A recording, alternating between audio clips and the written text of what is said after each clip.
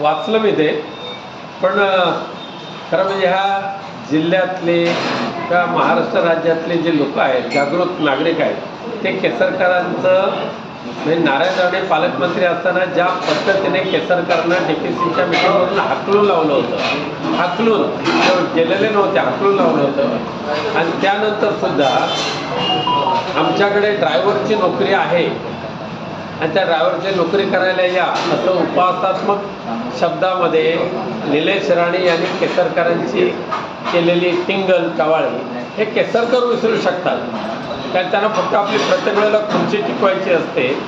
आणि म्हणून किती अवमान झाला, किती अपमान झाला तर सुद्धा ते विसरतात, पण ह्या जिल्ह्यातली लोक विसरणार नाही.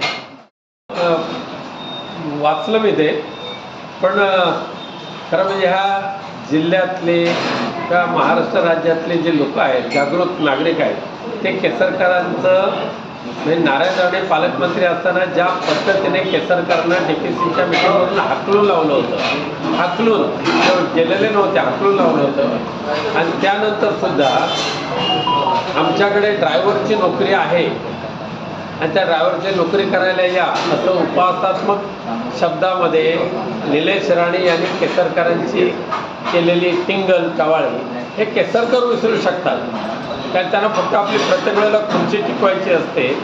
आणि म्हणून किती अवमान झाला, किती अपमान झाला तर सुद्धा ते विसरतात, पण ह्या जिल्ह्यातली लोक विसरणार नाही.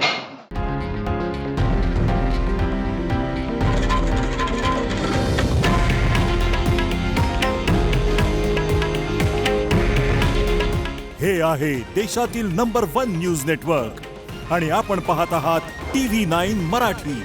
काळजी तुमची, हित महाराष्ट्राचं.